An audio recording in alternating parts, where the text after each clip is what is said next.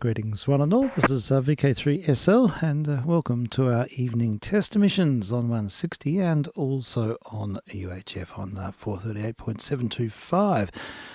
And we have a special program actually tonight, something a little different and an exploration package which I really look forward to delving into. Me too. Yeah, how you going, Frank? How you been? I'm well, thank you. That's Thank good. you. How was the evening? Oh, it's just marvellous. It was wonderful. Yeah, the weather was probably, we were wondering if it was going to turn, but it was quite a dramatic sky and it remained mild. There was no rain. But it's about half an hour from here. It's a part of the Cardinia Reservoir. There's an arm to it, which is quite a beautiful lake and surrounded by forest. And not that many people go there, and it's like a milk pond. It was just beautiful. We just canoed around for over an hour and had a picnic. And I bought a one-nut gramophone. We listened to some Debussy preludes. Oh, lovely! While having our cheese platter. There are many people around. And very few. Few. There's a couple very close to us who are very actively engaged, but that's the sort of thing that happens and parks on, was it Valentine's Day? But of course. but why not? Yeah, but it was lovely, really, really nice, and so we were able to do everything we hoped and had a good explore, and it was very calm, so you didn't need to do much in the kayak. We just meandered around, followed the edge, and saw the water lilies and the beautiful hinterland that led down to the water. Right. It's a beautiful spot. So got back about 9 o'clock and ready for a fairly short program, but at the same time a really meaningful one actually, because we are playing recordings which have arrived this week. It's really thrilled to hear from Ian vk3apv, who I think he's been listening for a while, especially during COVID, and a long-standing sort of, been involved in many of the bands for a very long period, for at least 30, 40 years, and knew of the earlier incarnation of the missions very well. So greetings to you, Ian, listening in, and many thanks for the 78s. I mean, it's got about 50 records here, and all manner of things, and some really interesting discs actually. Some records I can't wait to hear, and so I'll be sampling them for the first time tonight. But the material that particularly interests me is recordings of Baroque music from the 1930s. Oh, wonderful. Yeah, it's the sort of thing that I really savour, and I haven't got a lot of it, and there's a fair bit in this batch, so we'll play some of these tonight and have a listen. I haven't had a chance to find out exact dates, but I'm pretty sure most of these were recorded in the 30s, though there may be later reissues, but the originals were made in that period. But first one is a recording of Hamilton Harty conducting. I think it's before he was at the Halle. I'm not sure. Can I verify this? Let's have a look. No, I'll back announce it at the end because I can't see the label. Anyhow, it's a performance of the Trumpet Voluntary. Great work, Purcell. It's one of the sort of top Baroque classics, really, but it's found to be by someone called Jeremiah Clark. Yeah, I think it's sort of disputed, isn't it, as to whether Purcell actually wrote it, and Jeremiah Clark. Yeah, okay. So it's Trumpet Voluntary. It says Purcell, but may well be Clark, or he arranged it, and. But we'll check in with this now. So this is great piece, anyway, isn't it? Yeah. Oh, it's fabulous piece. I'd love to hear the way they play this with big forces. So I think we're in gear, ready to go. It's a Columbia 78 and a recording made before the war, by all accounts.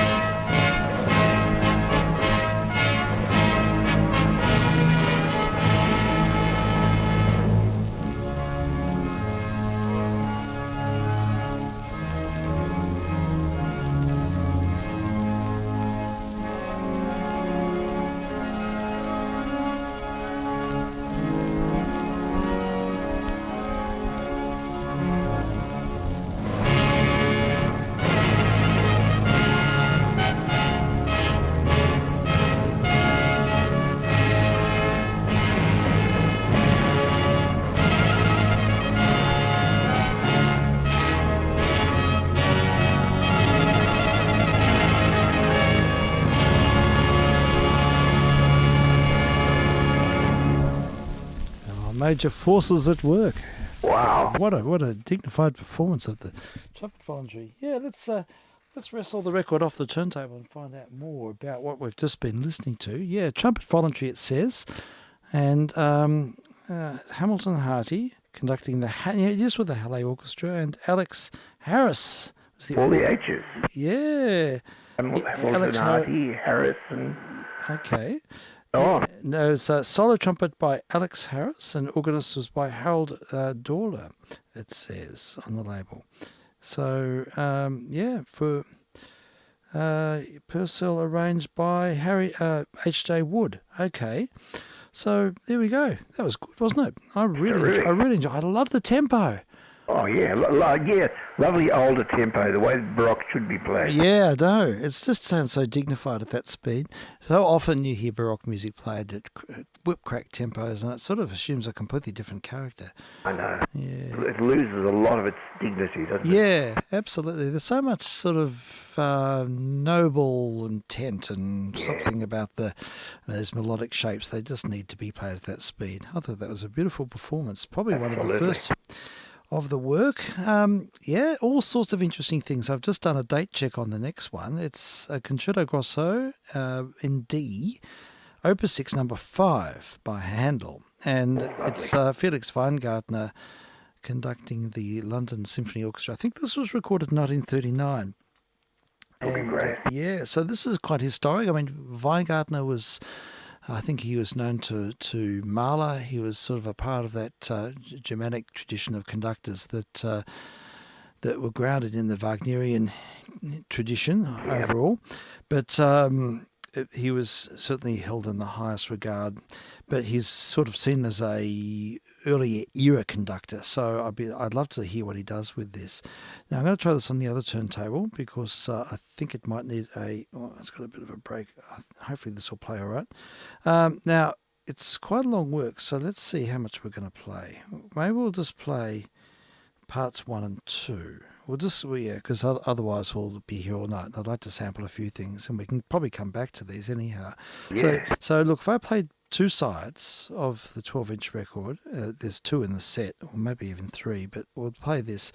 And we have a grave, we have an allegro, and a presto, and another largo. That'll do. If we have those 4 short movements from this Concerto Grosso, and Concerto Grosso, of course, means concerto for orchestra. It's sort of like a virtuoso piece for orchestra as it stands, not with soloists per se. So that was the idea of a more sort of, I suppose it's a precursor to a symphony in some respects. Yeah. Well, they've sympathies back then, really. Yeah. So let's have a listen. Felix Weingartner and the London Symphony Orchestra. And we're testing, of course, on 160 and on UHF.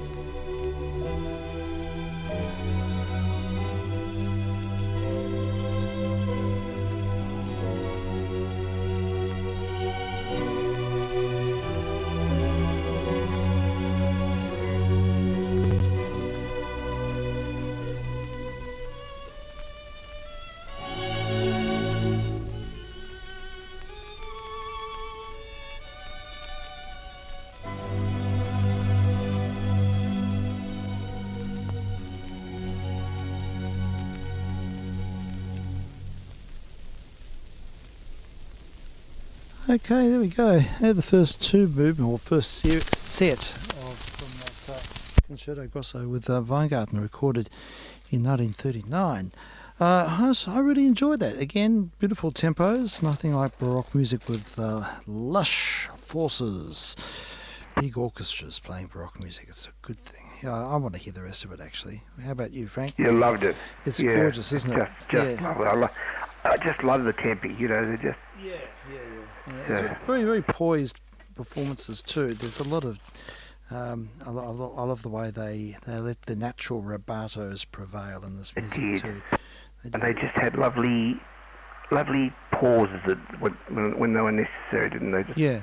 They let the music breathe. We'll hear the rest, I think. I want to hear more. There's two more sides to 12-inch records. We had a little bit of a compression crack on that other disc, but that can be ironed out. Okay, so what do we have? Following on, this is again Concerto in D major, Concerto Grosso in D major, Opus 6, number 5. We've got part 3, Allegro.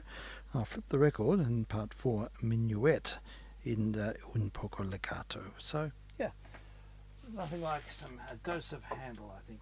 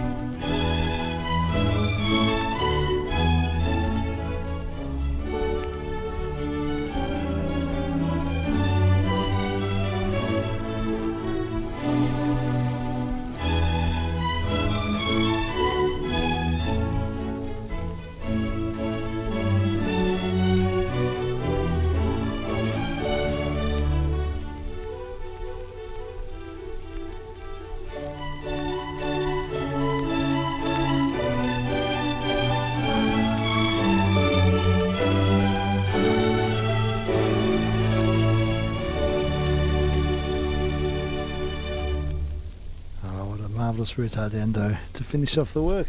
Yeah, Handel Concerto Grosso. Opus 6, number 5. Recorded 1939, featuring Felix Weingartner with the London Symphony Orchestra. Courtesy of Ian, vk3sl, who very kindly donated some records to the channel. Caught up with Ian, I think it was on Wednesday. He popped over and we had a chat, gave him a shack tour, and we talked about more things mission-ish. It was good. And did he mention that he might come up at some point? He's very welcome to. He said he's been poised a few times, so he knows the input frequencies. So you're most welcome, of course. Yeah, absolutely. Yeah, anytime, Ian. So... yeah, I'm really very grateful to your goodwill in passing these on. It's fun to have new material, and I have to say these Baroque records are particularly fascinating for me. From what I understand, they came from your father, I think you said, or your grandfather. I think you said your father's records. Right. Yeah. Further afield, we've got something else of particular interest here, a recording of William Primrose, the viola player, great viola player, William Primrose. He's playing the spurious Handel concerto. It's a little bit like the music of Kreisler when he wrote in the start of composers. In this instance, the real composer is Casadasuss, Henri Casadasuss, who is a viola d'amore player and viola player. And when did he live? He lived I think he was born in the late 1870s. Here's his dates, 1879 to 1947. He was a violist, viola d'amore and composer. And he was sort of involved with the Society of Ancient Instruments in Paris in the early 1900s, and sort of looking at some of the older music. And he embraced it by writing music in the style as he understood it. Oh, lovely. So I think he wrote this concerto in 1924. Anyhow, it was championed by William Primrose, and I've been aware of it for some time, but I don't have an original copy until now, so this is great. So we'll play the third movement of this work, and two sides of a 12-inch record. So I'm going to try and cue up two turntables with that and see if I can make it as seamless as possible. See how we go. So they're on different discs. So we'll hear the third movement, Allegro, first part, then second part. So yeah, it's William Primrose and a chamber orchestra led by Jean Pugnot, conducted by Walter Gurr. And I understand this was recorded in 1937. So nice laminated Columbias. They always sound good.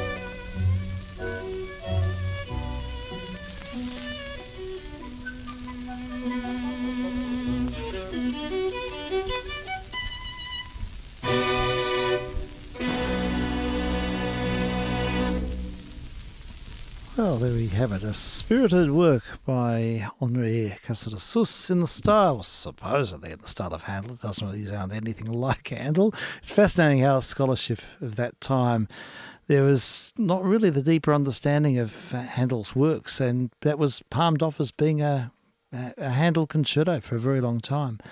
But really, it doesn't bear even the slightest resemblance to modern ears. But it doesn't matter. It's a great work, and Lovely. it's a gorgeous piece and very well written. And he understood the viola so well. And he did a similar thing. He wrote a CPE Bach concerto in the style of, and that was also palmed off. Oh, God. I think it was a sort of a form of homage. And Yeah. and there's also a Boccherini concerto, I think, as well. A Boccherini work, anyhow, by Casadessus. He's a very interesting figure. French, wasn't he? Yeah, French composer and historian, music historian. But yeah, that's a really interesting work. And always good to hear a violist. We don't listen enough to viola soloists. Beautiful, such a beautiful instrument, isn't it, the viola? I love its timbre.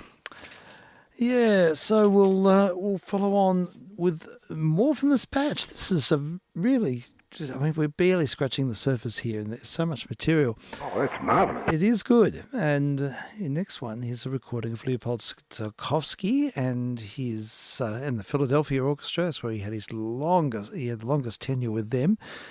And it's one of these famous Bach transcriptions, and it's a 2-record set of one of Bach's choral preludes, which has been written for orchestra. It's absolutely marvelous. But I'll play the other, or save that, but I'll play the extra side. They always have to have a filler side in these situations, and it happens to be a fugue in G minor. So I can't recall this one, so I'm keen to sort of check in with it. And they're famous works, and it's great to have it from the arranger himself conducting the orchestra. Yeah. And the Philadelphia Orchestra in the 1930s was just one of the great orchestras in the world. So synonymous with Stokowski, he really he put his personal stamp. Sure did. Marvellous. Yeah, so here we go. Larger than life. Yes, absolutely, he was. And he treated the orchestra like an organ. He was an organist, of course, and his concept of his Bach transcriptions was very much in the tradition of the grand 19th century organs, with all of the embellishments and coupling and extra voicings and everything, as you say, Frank, larger than life. So Leopold Stokowski, a young Leopold Stokowski in the 1930s. It'll help if I switch this in. I'm going to make sure I don't miss out on the start. Bear with me. I've just got to get the right fader here.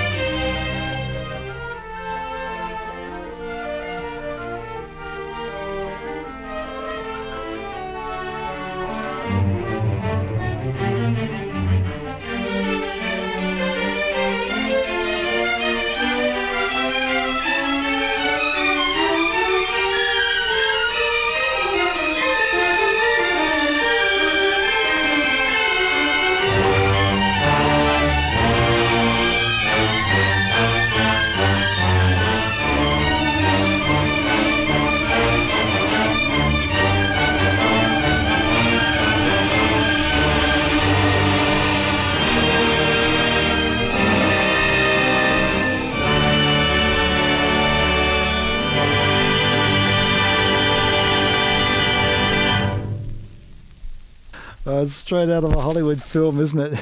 Amazing. That is the grandest writ I've heard for a long time. My goodness me! In proportion to the piece too, of course, and massive forces, and yeah, wow, what a concept! What an imagination to bring that to life. Great stuff. Isn't it marvellous? I love it. My audio sounds a bit strange, doesn't it? Yeah. Well, yeah. So anyhow, it's all there. Yep. So well, they're following on from that. There's a recording of Marcel Dupré playing a Bach fugue. I wouldn't mind hearing this on an organ. I don't know which organ it is. I think it's in London. I'll check on the at the end. But Dupré was one of the great organ players. Just reading about him, and he gave over 2,000 organ recitals throughout Australia, United States, Canada, and Europe. Harold Fabricant told me about him. Yeah. Oh, he told us all about him. He was one of the world's great improvisers. Yes, apparently so. Yes, indeed. He said, well, he was recognised as being the best. Yeah. That's astonishing. And more than once, he gave concerts, a series of concerts, playing the entire works of J.S. Bach. Oh my God! That'd take days. Yeah. 10 concerts. I've got the entire works played by a British guy whose name I'll think of in a minute, and that takes 17 CDs. Oh my gosh! There we go. 10 concerts, complete works of J.S. Bach, and he played them all by memory. Oh, unbelievable! It's astonishing, isn't it?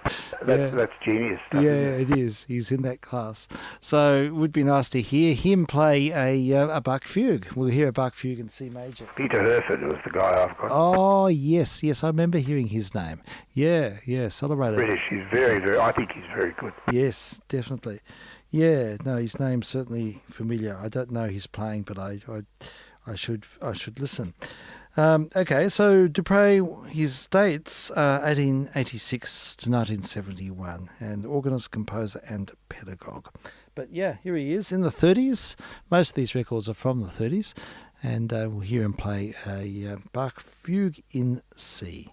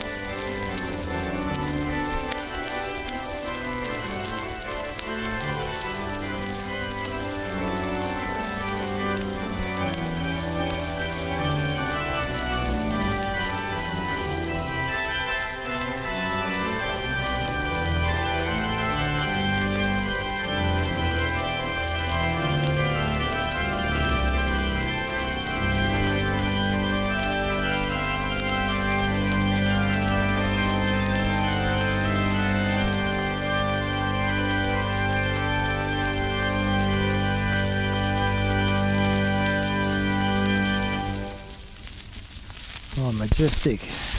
Playing there by Marcel Dupré, historic recording of Bach's organ music, in this case a fugue in C. Whoops. And it's on an HMV. Very complex fugue, wasn't it? It certainly is. It was recorded very well. There's a lot of details. It was quite... I know, you can hear the fine detail. Yes, you can. It's well captured there. Does my head in a bit to try and follow all the... Yeah, I know. It's quite an exercise, an immersion, isn't it? Yeah, interesting. That's played on the organ of the Queen's Hall in London, Right. which was destroyed. Well, I think the Queen's Hall was bombed in the latter part of the war. Oh, well, that's made it even more historic. Yes, Isn't it? it was a terrible tragedy. I think a lot of instruments were lost because it was bombed. Thankfully, no one was in the building, but they had a concert and people had left their instruments there, and the building went that night. There's quite a story about it, but yeah, it was a direct hit and it completely wiped the Queen's Hall, off the face of the map, including the famous organ. So Right. sad. But a lot of recordings are made. All of the Henry J. Wood concerts were made, and the proms were all in the Queen's Hall in the early days. Yeah, so that's significant too. This is fabulous. There's a lot of great material here and many programs worth. We've barely scratched the surface. I'm not going to go too late because I've got a big weekend ahead. And yeah, but I'll play I'll make this the penultimate, and I'll see if I can find something special to wind up with after this. But this is a very historic recording of Bach's Brandenburg Concerto No. 5. Probably the first recording of it, made in 1932. I'm very aware of this. I've got multiple, I've got CDs and various anthology performances of this, but I don't think I've got a set of 78s until now of this work, so this is rather special to have. So thank you, They're Ian. in very good condition, aren't they? Yeah, they're lovely. They're really looked after. They're great. So this is the Brandenburg Concerto No. 5 in D, but the lineup is amazing. It's Alfred Cortot on the piano, Jacques Thibault on the violin, and Roger Cortet on the flute. Couldn't have got much better than Yeah, I know. At that time. Yeah, That's the creme de la creme. Absolutely, it is. And I think, if I'm not mistaken, Cortot does the celebrated harpsichord. Well, on the piano, he plays it. The famous Rhapsody at the end of the movement, first movement, which some believe is the predecessor to the piano concerto, the first piano concerto ever written, in a sense, because it's like a concerto cadenza, really. Anyhow, something to look forward to. Cortot plays that superb. I'm pretty sure this is the recording where I've heard it, but I'm sure it's this one. So listen out for that. Cortot at the end, and the violin playing is ravishing. Thibault's playing does it for me. So here we go. I think we're in business. I'll play it on the top turntable, I think. And two sides of a 12-inch record. I'm vk3sl. vk3jr.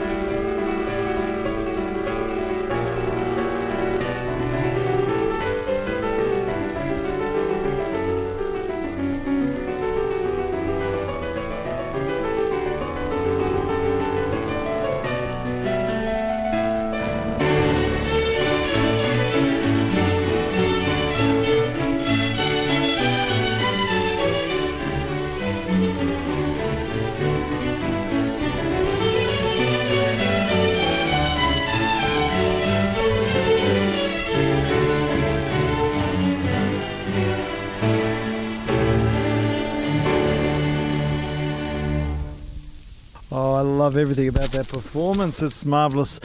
Beautiful. Yes, wasn't it just tremendous? That piano solo was so rhapsodic, and Corto's the colours in his sound. Absolutely brilliant. The nuance and the Couldn't flights. pick any mistakes either. I think he got it all right. He got it all right, but flights of imagination and beautiful whimsical flourishes, and it had so much poise, poetry in motion. It was that solo. But Bach would have approved. He would have had to have approved of that. It's just played with such whimsy. Anyhow, it's a very special performance. I think the first, to my best knowledge, the first recording of the Brandenburg No. 5. It's so good to hear that again and to have an original pressing. So thank you so much, Ian. And I've heard from Ian. Wonderful. He's chimed in and with an email just saying that his father was born in 1915. And these were his father's records. And in 1943, he qualified for a commercial license. So his photocopies his certificate of proficiency from 1943. Wow. That's great. Wow. Remarkable. So thanks for sharing that, Ian. And again, thank you for your contribution to the station. It's great to have this. We've barely scratched the surface. There's lots here, lots of symphonies and all manner of things. So we will slowly work our way through them. And they'll go into the cyclic mode, because the records here sort of go through a cycle of sorts over the years. So we'll definitely get played. So we'll wind up now with something very beautiful. Is a nice nightcap, and we should be back again. Look, I'm not sure about tomorrow, not sure about Sunday. Everything's a bit iffy at the moment this time of the year. Yeah, sure. If I can find someone to go to the MSO with tomorrow, I might do that. Kate's going to another concert. I might go. If I can't, I might just watch it on TV and do it that way. But it is the thing about the Music Bowl. You've got to get there really early. You do indeed, but it's fun if you do. Yeah, it's fun if you're with a group. It's really good. I've done it several times in a group. Yeah, if you've got a group. It's wonderful. And I used to do it all the time with uni friends and things, but everyone's sort of doing other things at the moment. But if I found a group to go with, I'd sit there. But then again, you've got to get there at 5 and hang around for 2.5 hours before the concert starts. Otherwise, you don't get close enough to it. No, that's it. And I mean, last time I went with Beatrice last time. That'd be lovely. It was great. It was really good. But we had about 1 square metre of ground to sit on. Yeah, I know. And it was quite uncomfortable, to be honest. Yeah, I know. It's very cramped. It was very cramped. You've got to stand all. It's got to keep standing up, otherwise you. Yes, you do get cramped up legs. This happens, then you annoy the person behind you. It's all, but look, that's okay. Then you got to queue up for 10 minutes to go. But look, that's the way it is. So it's a good community event. And look, I watched it last week on YouTube, and it was great. It was really well captured on the YouTube stream. So every time we've gone, I've found a lot of young people going. Yeah, it's a favourite of uni people and young people. They all bring their friends and they all have a bottle or two. So anyhow, or I probably won't go. But and that being the case, I should be around tomorrow. And Sunday there's something family-ish, but I should be around for some of the missions anyhow. So I'm very doubtful for tomorrow afternoon. Okay, no worries, Frank. That's all fine then. No worries at all. Okay, so that's the next few days. Next week I've got music camp, unfortunately, at the end of next weekend. But I think it only affects me on Sunday this year. I don't think I'd have to go up for the whole weekend. Sunday, Monday, I think I'm involved. So it should be fine for Friday. It should be, but we'll just take it one step at a time. So there's looking forward. So, all right. So thanks again, Ian. We've been playing your records tonight. Indeed. And double from me. Yeah, and also I should mention John Fleming's chimed in too, and he's really enjoyed the pre-war Baroque offering. And and I totally agree, John. They are just beautiful performances. They certainly are. They're really special. All right, so to finish off, we'll hear a recording of Fritz Kreisler. I think this is one of his electrics. I think it was recorded about 1930, and the celebrated meditation from Thais. So beautiful piece to finish with. And that'll be it for today, and we'll be back again soon. So thanks, Frank. Thank you, Steve. Thanks to the listener, and keep well, everyone. Indeed. Thanks, listeners, and thanks, Ian, and we'll look forward to your company soon. I'm vk3sl. vk3jr.